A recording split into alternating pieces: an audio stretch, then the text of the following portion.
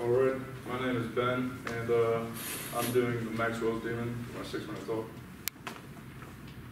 Okay, so a little introduction. I'm going to talk about Maxwell's Demon and the second law of thermodynamics. What Maxwell's Demon is, it's basically a hypothetical being or device that could violate the second law of thermodynamics.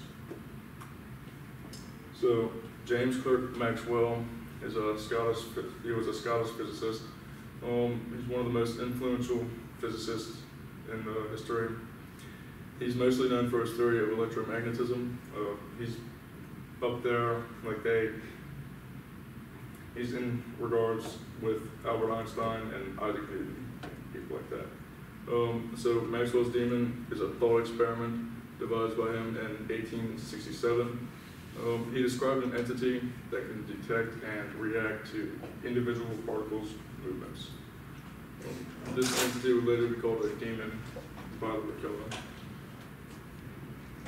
So the second law of thermodynamics, we're all familiar with it. It states that entropy in the universe will always increase over time and that it can never be negative, like the total entropy.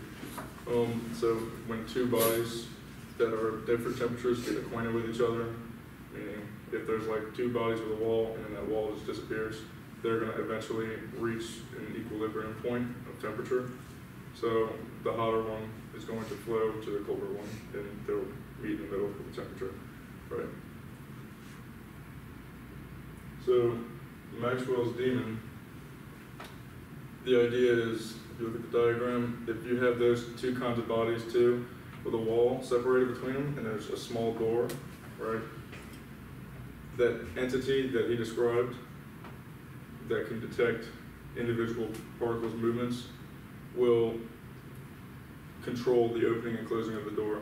So what it will do is it's only going to allow slow-moving particles from one side into one side of it, and then the fast-moving particles to the other side, which eventually would have all the slow-moving particles on one side and all the fast-moving particles on the other.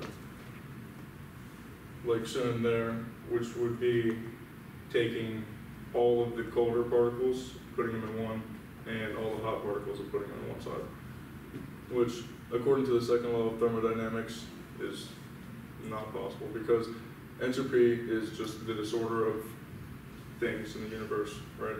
So what that's doing though is separating the hot and cold particles in an ordered manner, which would decrease entropy, making them more ordered, so it would decrease the entropy, which violates the second law. And it also, the idea is that they're not putting work into the system while doing that either, which is also against the law of thermodynamics. And this idea has had, after it was formulated, had scientists and physicists stumped for about 115 years until it finally got solved or disproven. But it took many iterations from multiple different physicists to finally come to the conclusion that it's not possible and it just isn't real. So is it possible? No, it could not exist. So it violated the second law of thermodynamics, but it couldn't violate the first law of thermodynamics. The act of processing information, that is a effort which requires the consumption of energy, which would increase entropy. So there would require work to go into the system just to know the difference between fast and slow moving particles in the first place. But also, if we were to try to do this in reality, we would need to build a machine, obviously, which we couldn't power it without some input of heat or work to power it. And it would also probably, it would likely absorb heat itself, which would also increase the entropy there.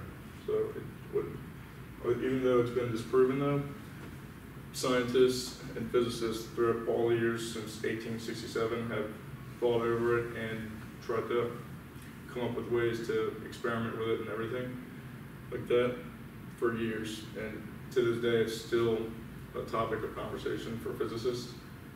But some examples would be in 2007, they used a light-powered gate to recreate the experiment. But none of these experiments actually proved anything. They all proved it wrong, that it doesn't actually violate the second law. In 2010, It was designed to move a small bead uphill without subjecting it to work. So what they did was they had a bead on a spiral thing, and they didn't actually push it. They would move the heights of the spiral, and it just would go up. That was weird. And in 2016, they recreated the experiment. Instead of gas in the two chambers, though, it was light, and they used that to charge a battery. And that's my references. Any questions?